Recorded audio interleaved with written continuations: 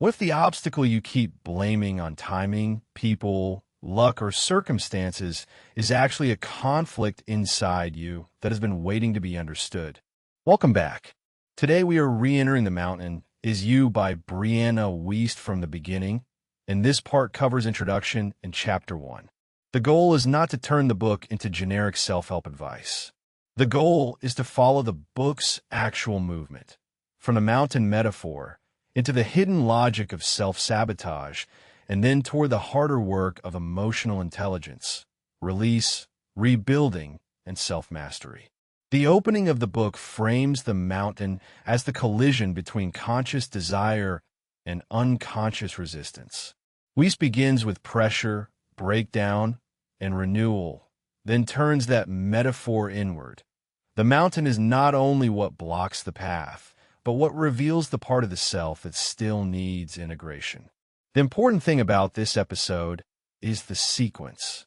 Wiest is not saying, just be positive, just work harder, or just decorate the pain with a nicer quote. She is asking the reader to look at the pattern with enough honesty to see both sides. The conscious self that wants change, and the protective self that fears what change might cost. The first layer is adversity as information. The introduction uses nature to reframe pressure without pretending pain is automatically pleasant.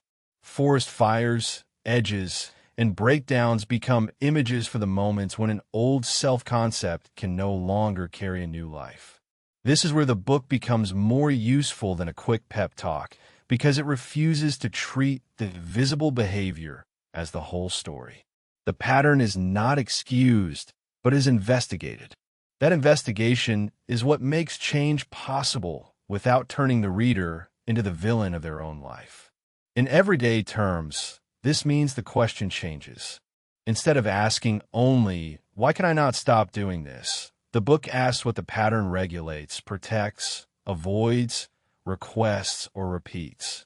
That question is slower and honestly less convenient. It also gives better information. A behavior that looks irrational from the outside may make emotional sense to the part of the self that learned it under pressure. There's also a warning here. Understanding a pattern is not the same as romanticizing it. Wiest's framework keeps compassion and accountability in the same room. Compassion says the pattern came from somewhere. Accountability says it cannot keep costing you the life you're trying to build. Both are necessary. Either one alone becomes a loophole. This is also where the book asks for patience. The pattern did not become convincing in one afternoon, so it usually will not disappear because one insight sounded powerful. The work is to keep noticing the same movement in different disguises.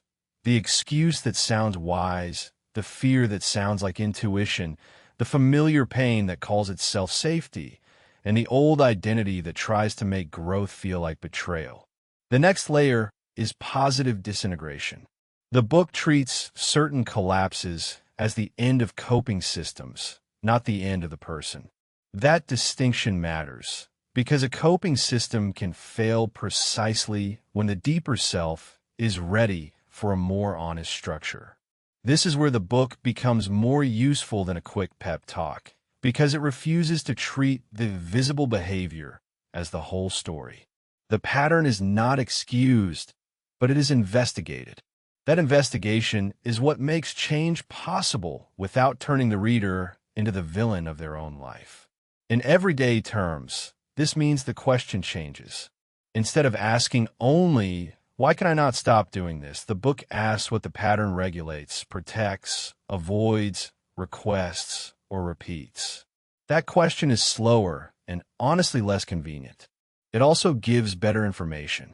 A behavior that looks irrational from the outside may make emotional sense to the part of the self that learned it under pressure. There's also a warning here. Understanding a pattern is not the same as romanticizing it. Wiest's framework keeps compassion and accountability in the same room. Compassion says the pattern came from somewhere. Accountability says it cannot keep costing you the life you're trying to build. Both are necessary. Either one alone becomes a loophole. This is also where the book asks for patience. The pattern did not become convincing in one afternoon, so it usually will not disappear because one insight sounded powerful. The work is to keep noticing the same movement in different disguises. The excuse that sounds wise, the fear that sounds like intuition, the familiar pain that calls itself safety, and the old identity that tries to make growth feel like betrayal. The deeper turn is the gap. Chapter 1 names the practical problem. There's a gap between where you are and where you say you want to be, and your own resistance keeps appearing inside that gap. This is where the book becomes more useful than a quick pep talk, because it refuses to treat the visible behavior as the whole story. The pattern is not excused, but it is investigated. That investigation is what makes change possible without turning the reader into the villain of their own life. In everyday terms, this means the question changes. Instead of asking only, "Why can I not stop doing this?" the book asks what the pattern regulates, protects, avoids, requests, or repeats. That question is slower and honestly less convenient. It also gives better information. A behavior that looks irrational from the outside may make emotional sense to the part of the self that learned it under pressure. There's also a warning here. Understanding a pattern is not the same as romanticizing it. Wiest's framework keeps compassion and accountability in the same room. Compassion says the pattern came from somewhere. Accountability says it cannot keep costing you the life you're trying to build. Both are necessary. Either one alone becomes a loophole. This is also where the book asks for patience. The pattern did not become convincing in one afternoon, so it usually will not disappear because one insight sounded powerful. The work is to keep noticing the same movement in different disguises.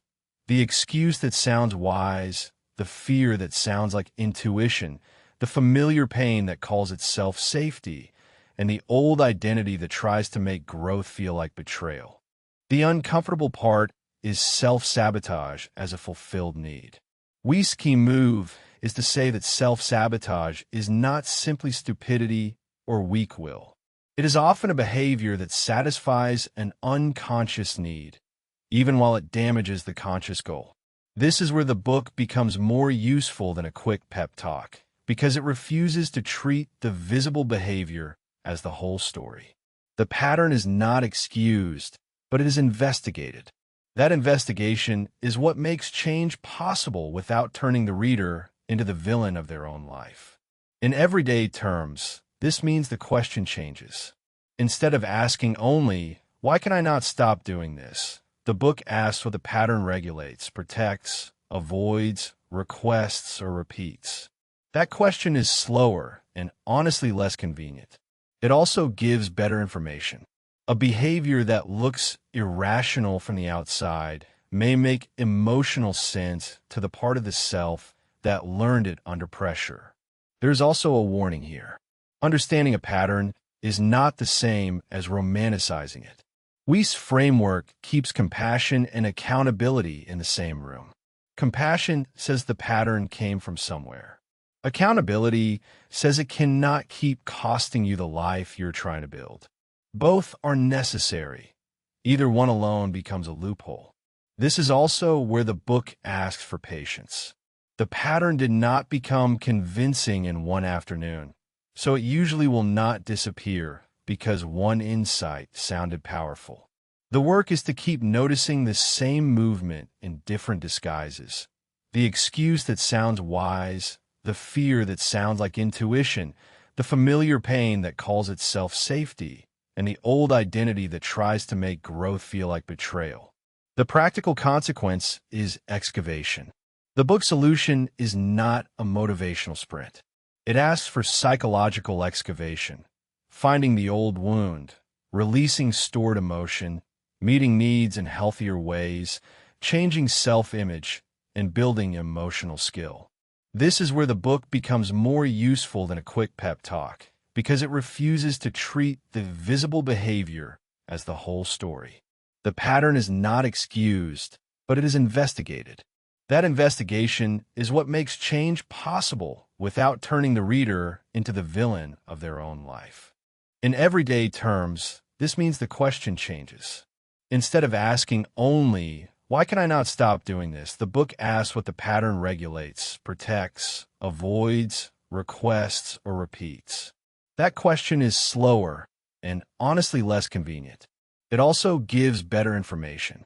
A behavior that looks irrational from the outside may make emotional sense to the part of the self that learned it under pressure. There is also a warning here. Understanding a pattern is not the same as romanticizing it. Wiest's framework keeps compassion and accountability in the same room. Compassion says the pattern came from somewhere. Accountability says it cannot keep costing you the life you are trying to build. Both are necessary. Either one alone becomes a loophole. This is also where the book asks for patience. The pattern did not become convincing in one afternoon, so it usually will not disappear because one insight sounded powerful. The work is to keep noticing the same movement in different disguises. The excuse that sounds wise, the fear that sounds like intuition, the familiar pain that calls itself safety, and the old identity that tries to make growth feel like betrayal. The chapter's discipline is the mountain metaphor. The mountain is demanding because it belongs to you. It can look external, but its roots often run through fear, identity, familiarity, protection, grief, and unspoken needs. This is where the book becomes more useful than a quick pep talk, because it refuses to treat the visible behavior as the whole story. The pattern is not excused, but it is investigated. That investigation is what makes change possible without turning the reader into the villain of their own life. In everyday terms, this means the question changes. Instead of asking only, "Why can I not stop doing this?" the book asks what the pattern regulates, protects, avoids, requests, or repeats. That question is slower and honestly less convenient. It also gives better information. A behavior that looks irrational from the outside may make emotional sense to the part of the self that learned it under pressure. There is also a warning here. Understanding a pattern is not the same as romanticizing it. Wiest's framework keeps compassion and accountability in the same room. Compassion says the pattern came from somewhere. Accountability says it cannot keep costing you the life you're trying to build. Both are necessary. Either one alone becomes a loophole. This is also where the book asks for patience. The pattern did not become convincing in one afternoon, so it usually will not disappear because one insight sounded powerful. The work is to keep noticing the same movement in different disguises. The excuse that sounds wise, the fear that sounds like intuition, the familiar pain that calls itself safety, and the old identity that tries to make growth feel like betrayal. The shift that matters is why this is hopeful. If the block is partly internal, the reader is not powerless. The same self that built protection can learn safer, wider, more truthful ways to live. This is where the book becomes more useful than a quick pep talk, because it refuses to treat the visible behavior as the whole story. The pattern is not excused, but it is investigated. That investigation is what makes change possible without turning the reader into the villain of their own life. In everyday terms, this means the question changes. Instead of asking only, "Why can I not stop doing this?" the book asks what the pattern regulates, protects, avoids, requests, or repeats. That question is slower and honestly less convenient. It also gives better information. A behavior that looks irrational from the outside may make emotional sense to the part of the self that learned it under pressure. There is also a warning here. Understanding a pattern is not the same as romanticizing it. Wiest's framework keeps compassion and accountability in the same room. Compassion says the pattern came from somewhere. Accountability says it cannot keep costing you the life you're trying to build. Both are necessary. Either one alone becomes a loophole. This is also where the book asks for patience. The pattern did not become convincing in one afternoon, so it usually will not disappear because one insight sounded powerful. The work is to keep noticing the same movement in different disguises. The excuse that sounds wise, the fear that sounds like intuition, the familiar pain that calls itself safety, and the old identity that tries to make growth feel like betrayal. This is why the mountain metaphor holds up across the book. A mountain is not climbed by insulting it, pretending it is not there, or taking one dramatic step and calling the work complete. It is climbed by learning its terrain. In this book, that terrain is emotional memory, unmet need, nervous system familiarity, identity, habit, and the stories that make old protection feel like truth. Another important thread is that the book does not separate inner work from daily life. The mountain shows up in conversations, routines, deadlines, relationships, money, rest, conflict, ambition, and the quiet private choices nobody else can audit. That is why the solution cannot be purely inspirational. It has to become practical enough to enter the ordinary moments where self-sabotage usually wins because it arrives before the reflective mind has finished its coffee. So when this summary uses the language of healing, it is not using healing as a soft substitute for responsibility. Healing, in this book's logic, means becoming conscious enough to stop repeating what once protected you automatically. It means learning to meet the need more directly, to regulate the fear more honestly, and to choose a future that the body and identity can gradually learn to recognize as safe. That is why the pacing of the book matters. It does not jump from pain to victory. It moves through recognition, interpretation, release, reconstruction, and then mastery. Each stage answers a different question. What is happening? Why does it keep happening? What is still being carried? What must be built now?